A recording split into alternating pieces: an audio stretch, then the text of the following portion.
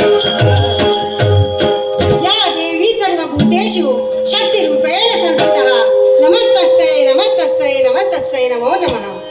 आदी मायेच्या चरणी नतमस्तक झाल्या वाचून राजा सोमकांतने आपल्या राजप्रासादाला केव्हाही प्रारंभ केला नाही। अस्तिने जीवितं लोके अस्तिने धन यौवने अस्तिन पुत्र दानश्वर धर्म कीर्ती तोयं स्थिरम। प्रत्येक माणसाचा जन्म शाश्वत आहे। माणसाने कमावलेला धन आणि संपत्ती पुत्र आणि पत्नी अशाश्वत आहे। मग या जगात शाश्वत ते काय तर माणसाने आचरणात आणलेला धर्म आणि संपादन केलेली कीर्ती होय। त्याच कीर्तीच्या उच्चतम शिखरावर मानाने विराजित होण्यासाठी सत्यम शिवम आणि सुंदरम या त्रिगुणांना जीवनात वंदनीय मानिलं। लेखणी अंकुश आणि लगाम राजकारणाची सूत्रे हाती घेऊन माझ्या सकल अवंती वासियांना न्यायदानाचं कार्य राजा सोमकांत करतो आहे। न्यायाच्या ठिकाणी अन्याय, धर्माच्या ठिकाणी अधर्म आम्ही आमच्या जीवनात केव्हाही होऊ दिला नाही। याच सार श्रेय आम्ही कोणाला देऊ?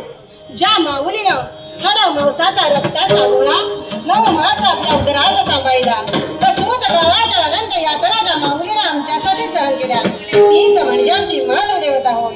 त्याच माझ्या मातृदेवतेच्या पवित्र आणि पूज्य चरणी राजा सोमकांतचे लाख लाख प्रणाम।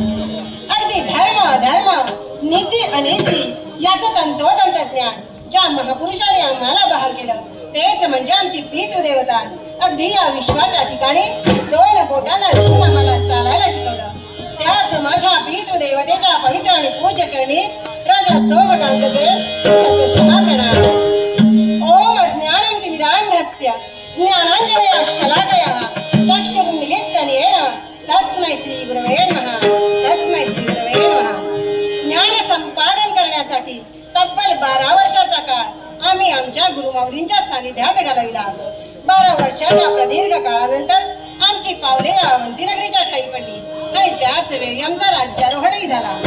अगदी गुरुमाऊलींच्या मुखातून निघालेले शब्द, राजन अरे हस्तस्य भूषणं दानं सत्यं कंठस्य भूषणं कर्णस्य भूषणं शास्त्रं किं प्रयोजनम्। अर्थात या विश्वाच्या ठिकाणी हाताचा खरा दागिना कोणता असेल तर दान करणे होय, कंठाचा खरा दागिना कोणता असेल तर नेहमी सत्य बोलणे होय आणि कानाचा खरा दागिना कोणता असेल तर या विश्वाच्या ठिकाणी शास्त्र श्रवण करणे होय।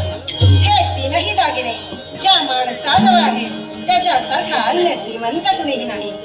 धनाच्या श्रीमंतीपेक्षा मनाची श्रीमंती फार महत्वाची असते।